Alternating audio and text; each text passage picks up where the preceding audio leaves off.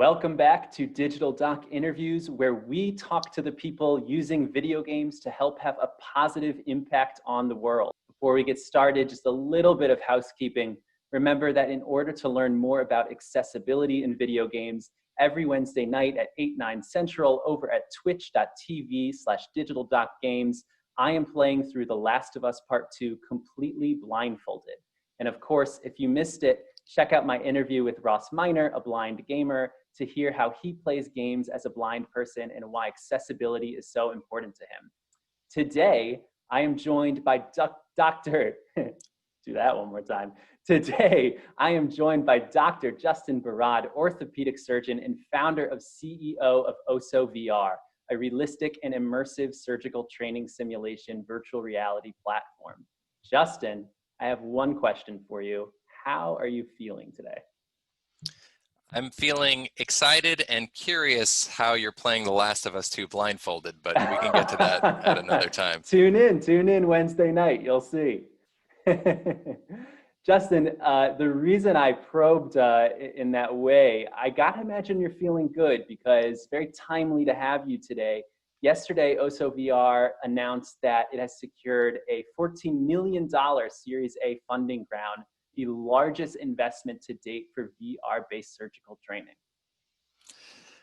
Yeah, it's a mix of emotions to be frank with you. One is incredible excitement. I mean, this is definitely a once in a career kind of moment. Maybe people have a couple, but it's not too often that you're raising $14 million, let alone led by Kaiser Permanente Ventures. So it's incredibly thrilling, not only the announcement and seeing it out there, but the outpouring of support.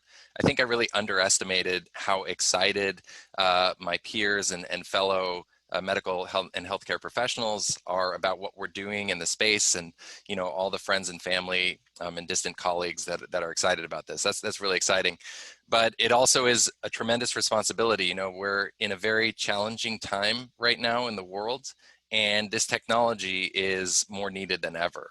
Right. And part of the investment is not only excitement about the space and the pace of growth, but it's trust in Osso as the team to take this forward and to truly tackle this problem that is happening all around the globe. And so, with great power comes great responsibility. We have a lot of funding, a lot of capital, and incredible support. But with that, we need to deliver and really start tackling this problem even more at a scale that is larger than we already have.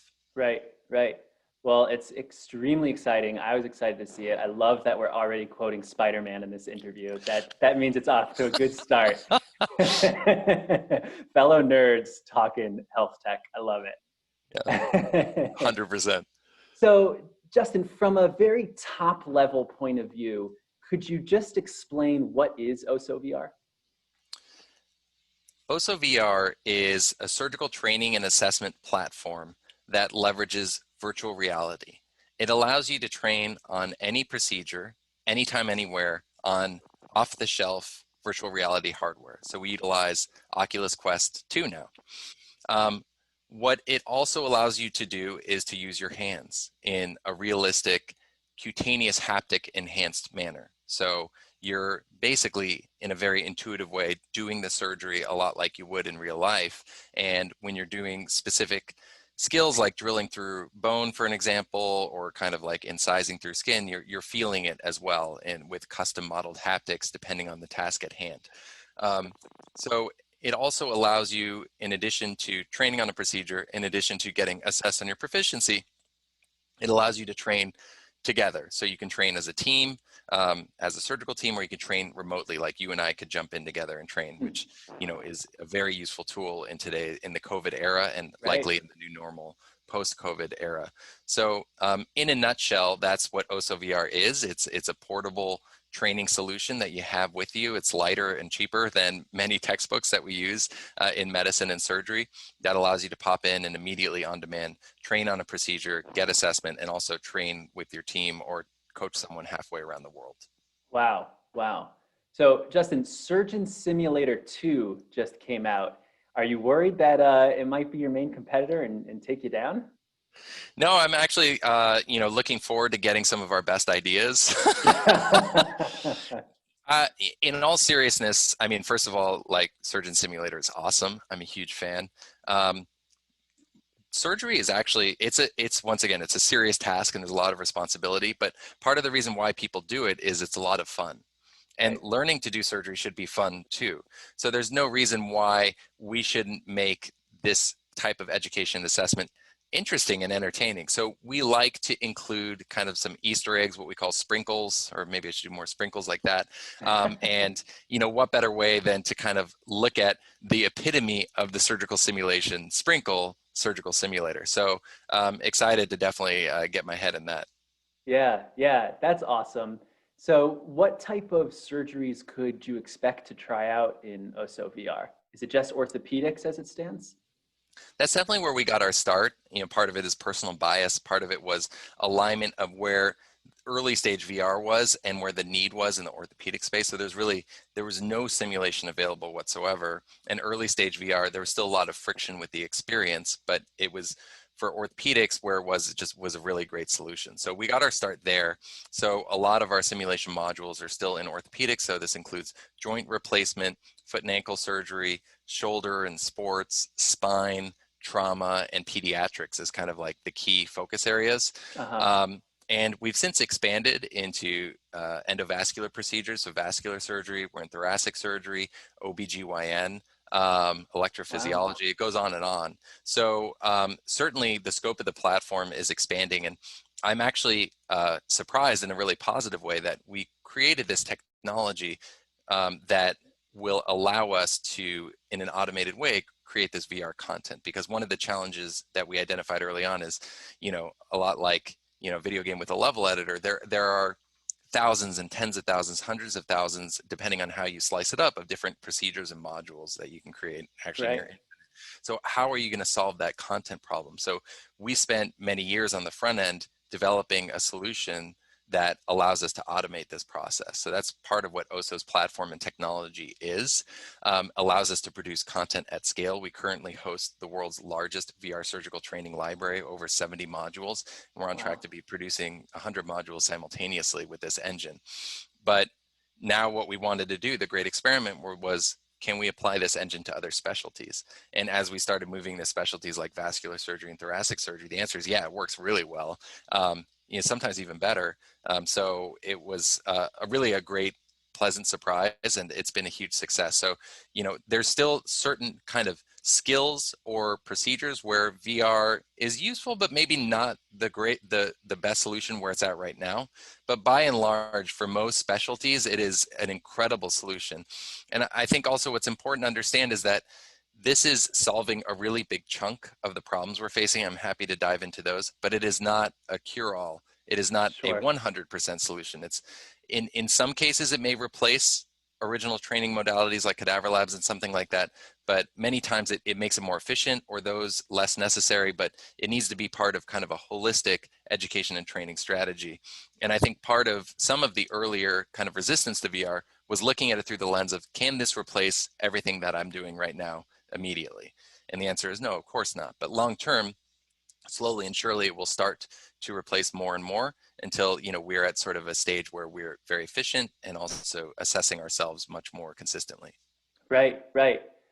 And it's such a great point. And I think that's just a great basis of how to build a successful product. And also, you know, to the point that there are many types of learners out there. There may be someone who may learn well in a cadaver lab or maybe needs some of the experience, but some people, you know, maybe they're gamers in nature who would do well learning from something like VR. Yeah, no, I mean, so a lot of thoughts there.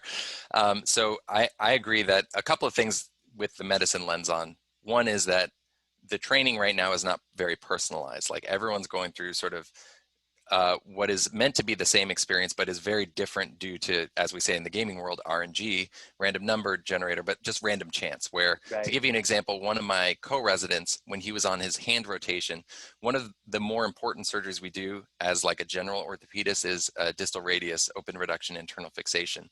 And for whatever reason, in that 2-month period, no one fell off a skateboard or got in a car accident. So he never got to do that surgery. So it's, it's not personalized in the sense that curriculums are not tailored to the learner, but at the same time, there's a lot of also randomness and variability, That's that means right. that you have like unreliable things that you're doing.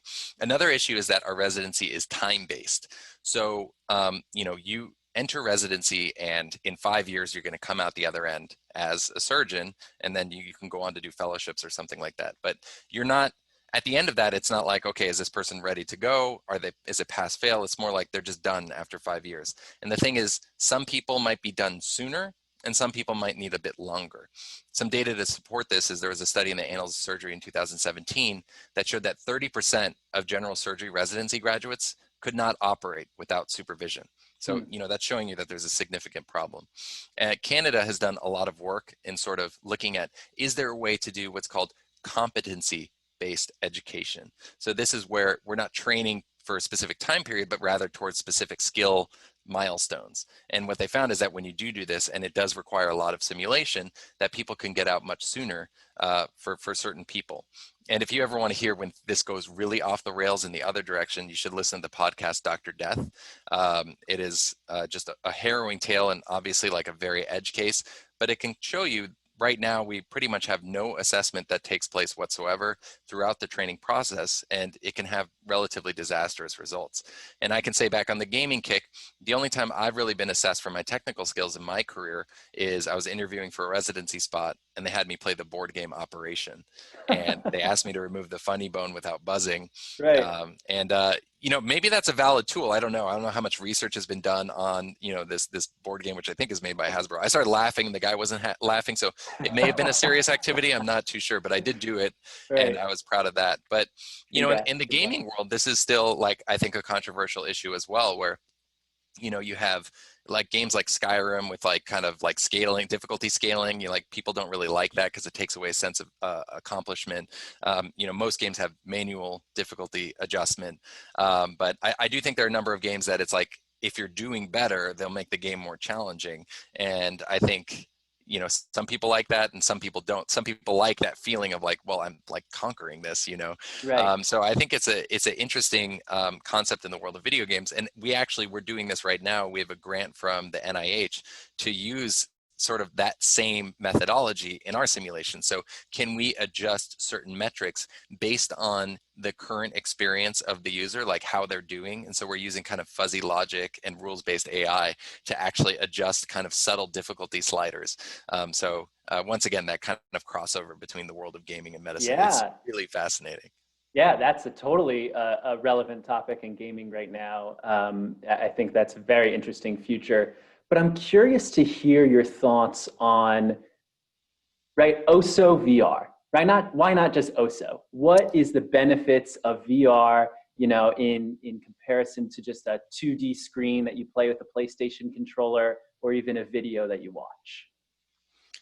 Wow, that's, probably one of the first times I've gotten that question, at least in an interview, and it's a very good question. In the world of simulation, there's a concept of something called the minimum fidelity threshold.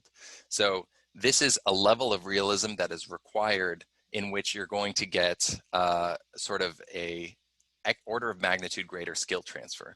Above that, you start to get diminishing returns. So oftentimes for like physical simulators, if you go to simulation labs, you'll see that these mannequins are not realistic looking, right? But they're realistic enough that you can get this skill transfer, this jump or leap in skill transfer.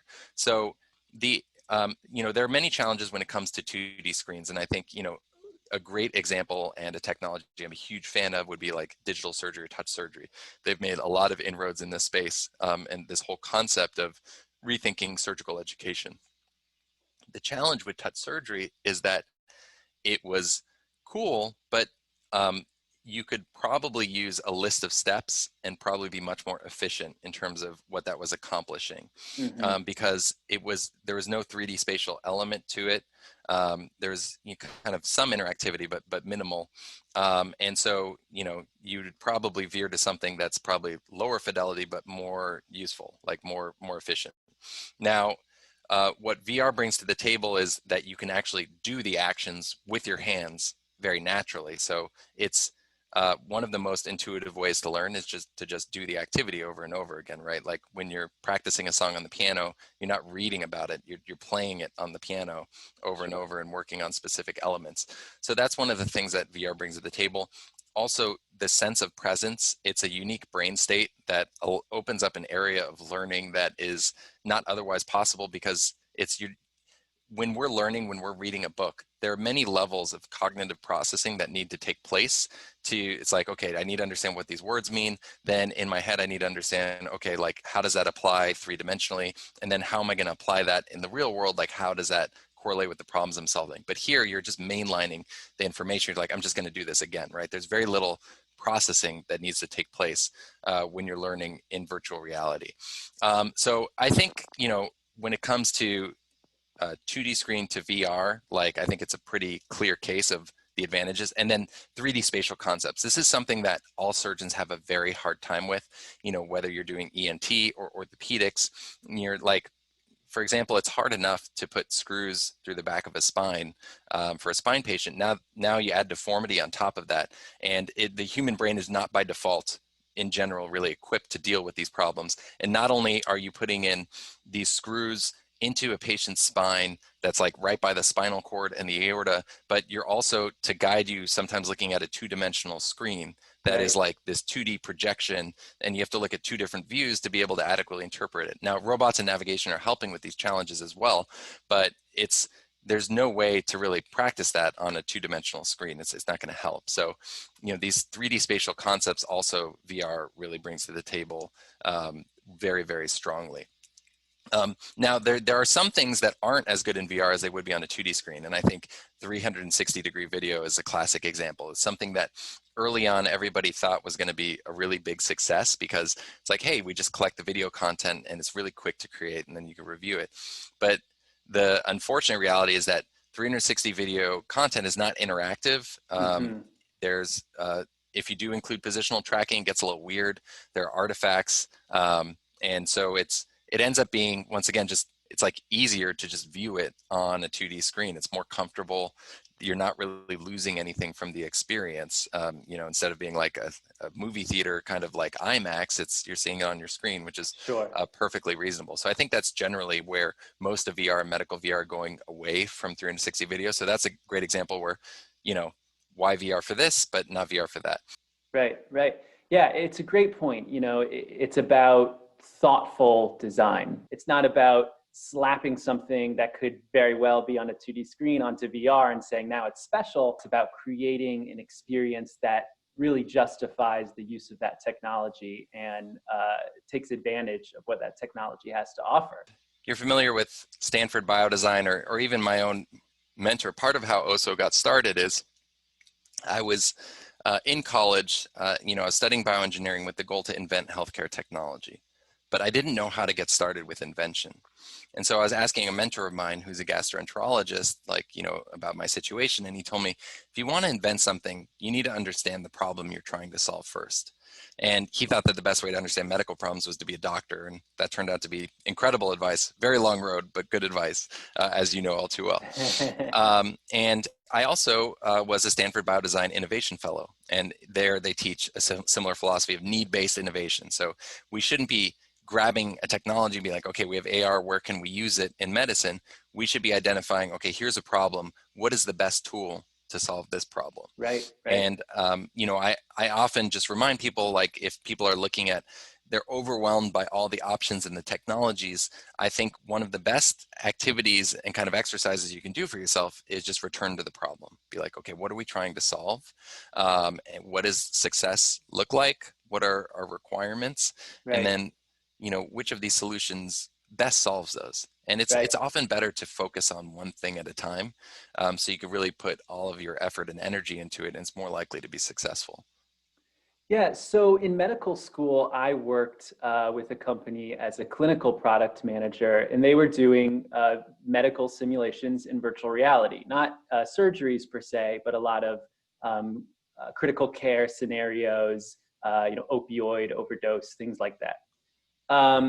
And one challenge in that role was balancing the the realism that you want to try and emulate in VR versus the almost gamey or VR aspects that you can take advantage, which sometimes bump heads. And it's really, at least in my experience, a true balancing act. What has been your experience with that at Osso? That is just an awesome question as well.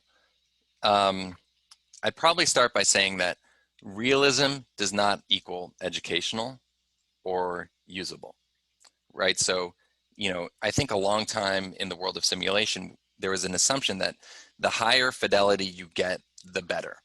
And that's just going to translate into more skill transfer. And a lot of research has shown that's not the case. So realism is important, but not at the expense of education. And also you need to be able to have a great experience, right? So the ultimate goal of running through a simulator is not to be like, wow, that was realistic. It's like, wow, I learned something and I can reapply that skill. That should be the primary goal, but you want it to be as realistic as you can while focusing on that. And then, like, for example, like, people are like, well, can you make an incision wherever you want? Sure, but that's not necessarily the best thing to have, because people will just get lost or confused. And it's helpful to guide people along and be like, well, here's one way to do it, see if you can do that, and then we can build on that skill. So and it's one thing that people really point out when they use, and I think it's like our kind of gaming background, when they use OssoVR, they're like, this is very easy to pick up. It's very intuitive. It's not overly complicated. And I think that's really important, especially when you're trying new technology, because it's so easy to get frustrated by something that's just like kind of like overly realistic. Even in like video games, right? I'm playing Crusader Kings 3 right now, and I'm sticking with it, but it is so realistic that it's tough sometimes. And I do think this is an issue in video games as well. It's it's amazing how far things have come. But you notice certain games where they dial back on the realism, and the result is not only something that is like incredibly like a wonderful experience, but it also makes it a bit timeless as well, because it kind of gets off of that treadmill. So I think of like Zelda Breath of the Wild as like a classic example of a game that just like went in kind of a different direction with like the art style, and we can probably play that game 10 to 20 years from now, and it's going to look incredible. That's because they're not just like going for necessarily hyper realistic for the sake of realism. That being said, so I'll say at the end of the day, what really matters is that not all VR is created equal. And ultimately, there are many metrics by which you can probably assess a VR experience, but I think the most important metric should be, does this achieve your goal? And in our case, that goal is skill transfer. And so what we've done is multiple clinical validation studies, 2 that are published and peer-reviewed level 1 randomized trials, one showing that training in Osso improved surgical performance by 230%, and another study published in the top 5 orthopedic journal showing that training in Osso improved performance by 306%. So that study, the ability to complete a procedure independently went from 25% of the cohort to 78% of the cohort. Wow. Another study looked at, do people enjoy using VR? Would they recommend it to their peers? 100% of the individuals in that study recommended Osso and would use it again. And this is just for fun, we did a university did a motion tracking study where they actually attached motion trackers on residents doing surgery and then using Osso VR. And it's indistinguishable between the two, speaking of realism. So we are always pushing the envelope and what's possible in realism. We're focused on education and skill transfer as the primary goal, and we always want it to be an intuitive, very like user-friendly experience. Yeah, I'm so curious to experience Osso. If there's ever a Digital Doc Games Osso VR collaboration, I'll be the first to do a Let's Play live on Twitch. Oh, that'd be awesome. Yeah. That'd be pretty cool. Consider us in. There you go. There you go. So, I mean, obviously, my next question, I guess, is relevant for, let's say we were to do something like that. I'm not a surgeon. I didn't go to surgery residency.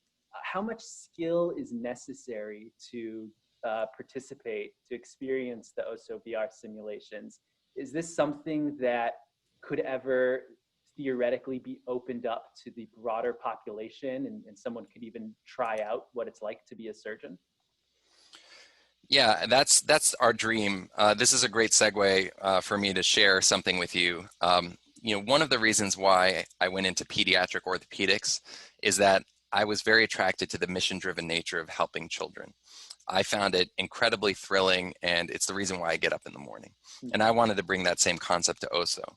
And so I want to share our mission with you and your audience, which is to improve patient outcomes with better education and assessment, increase the adoption of higher value medical technologies like robotics, navigation, things like that, and then democratize access to surgical education all around the world.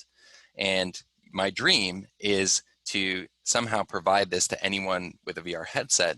They'd be able to download Osso at home and basically train, whether they're a surgeon or healthcare professional or whether, they're a high school student and they're trying to figure out what they want to do with their lives. And they don't know a single surgeon or doctor. Right. And here they are in this platform doing these surgeries, being like, I want to do this. Right. And so Right. we did this as part of a Department of Education Open Innovation Challenge called the EdSim Challenge in 2018. And we submitted OssoVR as a platform for career exploration for high school students. And we ended up winning first place, which was like $480,000, Wow. which is crazy. And every January, I think it's probably canceled this January, but we do an event with the Department of Education, and we have kids run through OssoVR, and every single one that uses it, it says, I want to be a surgeon. Wow. And that makes me so thrilled and happy for a lot of reasons. One is that I find that just really exciting and comforting and heartwarming. But in medical school, I think this is a big issue because right now the way medical school is structured is you don't actually get exposure to what working in different fields is like until like the 11th hour. And so what you end up with is there are a lot of people who don't really know, or like maybe they're going into internal medicine or something like that. And then end of third year, beginning of fourth year, they're like, oh my God, I want to do orthopedics. This is amazing. But there's no time to, build your network, get the research in place, all of that. Yes. And so what ends up happening is the kinds of people you get applying to orthopedics are very, people who do sports or they knew about it ahead of time somehow. And it's a pretty homogenous group. And one of the biggest challenges in our field, and this is getting better all the time, is really a lack of female representation. I think in 2014, it was something like 4% of all attending orthopedic surgeons were women, which is a pretty crazy statistic. And there's research that has now found out that if you expose women earlier to orthopedics in medical school, they're more likely to apply and subsequently get in. Wow. So I'm hoping on the medical school and medical education side, yeah, there are definitely skills and techniques that you can learn that'll be great for medical students and get them more involved in the OR. But at the end of the day, I'm really interested in that career exploration aspect where people can really understand deeply firsthand what it's like to be in the shoes as an orthopedic surgeon, as an ENT surgeon, as a cardiothoracic surgeon, and then they can make a really informed decision early on. And as they get more experience, right, they'll confirm that decision, but at least they'll have a much better foundation than just kind of the wild guesswork that currently takes place in medical school, which I can attest is very stressful. Right, right, absolutely. That's amazing. I mean, it's taking it from this very important, innovative technology for medical education and expanding it really to opening up the horizons to medical education for so many more people. So that is awesome. Please keep up that incredible work. Before we go, I want to ask a couple questions about your background. Justin, before you've alluded to some of the things that you've done before medical school, before you realized you wanted to be a doctor. One of those things is you actually worked at Activision. Is that right? Yeah, that is right. How did that come to be? I don't really know. It was like a family friend's friend who said they worked there. And I was like, I mean, my dream was to be a video game developer, and I had been, making all these versions of Pac-Man and stuff like that with a friend of mine. And so I kind of showed them everything that I had built, and I got an internship with them. So I worked like a few summers in between, just like in high school, and had the opportunity to work on some pretty amazing games. And one of them I got a credit in, which was I think it's a big deal to me personally, I guess. But I worked on Tony Hawk, Heretic 2, Wow. game like Sin, peripherally involved with like Quake. It was a pretty interesting time at Activision. Like they were just starting to really like accelerate. So it was an amazing opportunity for me. And I think I was like pretty like set up for a career in gaming. And then, Right. life kind of took a turn. Isn't that interesting? I'm finding more and more that there are doctors who game. There's a lot of us. There's actually a channel, I believe, called Doctors of Gaming. Hmm. Um, Well, and BioWare was founded by I was a bunch of just about to physicians. say, Ray Mizuka, I think that's how you pronounce his last name, one of the founders of BioWare. He's a physician. His colleague who started it, the co-founder, is also a physician. But Ray has an email in his inbox from me sitting in there that I assume he just hasn't opened yet, and he's going to open I'm sure I'll get to. I'll write him a strongly worded letter. There we go. Yeah, got to get Ray on the show. The other thing, Justin, I wanted to ask, you did surgery on a gorilla? So this is like one of the stories I always use as kind of a anecdote for the problems that I was seeing kind of in residency and beyond. One of them is that there's just too much to learn. So there are so many different procedures and techniques, and part of it is that we're victims of our own success. So accelerating science and technology is really expanding the library of things that we have to know. Part of it is just the nature of our work, where we don't know what's going to come through the door on any given day. And so I was at lunch as a resident with my attending, who's a good friend of mine, and he gets a phone call and kind of gets up, and he comes back, and we knew each other well enough that I knew something was like really off. And I'm like, what was that about? And he's like, what do you know about gorilla anatomy? I was like, explain yourself immediately. Yeah. And he was like, that was the zoo. And gorilla was flirting with his brother's kind of mate, and he got jealous and pushed him off a cliff. And now we can tell something's wrong and he needs surgery. And I'm like, well, what surgery? And he was like, they don't know. And because they have to tranquilize the gorilla, take an x-ray, and immediately take an x-ray and then do surgery all in the same go. Like you can't trank him again. You can only do it so often. So we're like driving down there and like, Googling, do gorillas have bones? Like, we're like, why are we going? Like, we asked them, they're like, are you calling like the right people? They're like, yes. We like, okay. Still don't fully understand like why they're calling us. I guess this is something that happens rarely in the US. And so he ended up having a subtrochanteric femur fracture, which we plated. And apparently like large animals like gorillas wake up from anesthesia, one, instantaneously, and two, very violently. So if his finger twitched a couple of times in the case, and like when it did that, the anesthesiologist said, everyone run, it's going to kill you. And so like we had to evacuate like a couple of times. There were like 50 people in the room. So it was a really exciting and crazy experience, and it went great. He did great. I'm grateful I was just like getting lunch on that day. But to me, it really, really highlights that we don't know what we're going to deal with in medicine, and we need more tools to be able to sort of prepare on demand. I think about that scene in The Matrix where he sees the helicopter and he's like, I need to learn how to fly this thing. Then he's like, downloads it, good to go.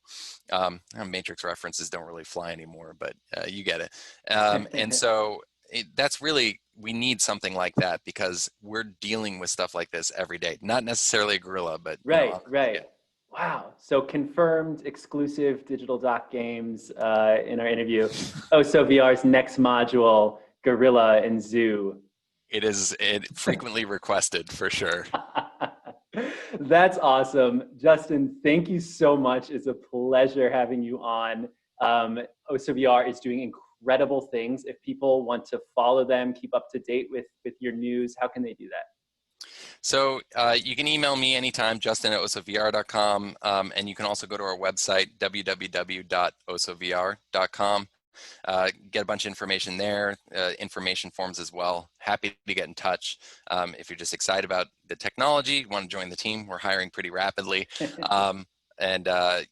If you just want to connect, and especially if you're a gamer in medicine, you're in the right place, but I want to be helpful as well, because I think there are more and more of us all the time. And I think we have, you don't realize yet how much knowledge and experience from gaming that you actually have and problem solving capability. And I think it's just such a positive thing to have in your kind of back pocket.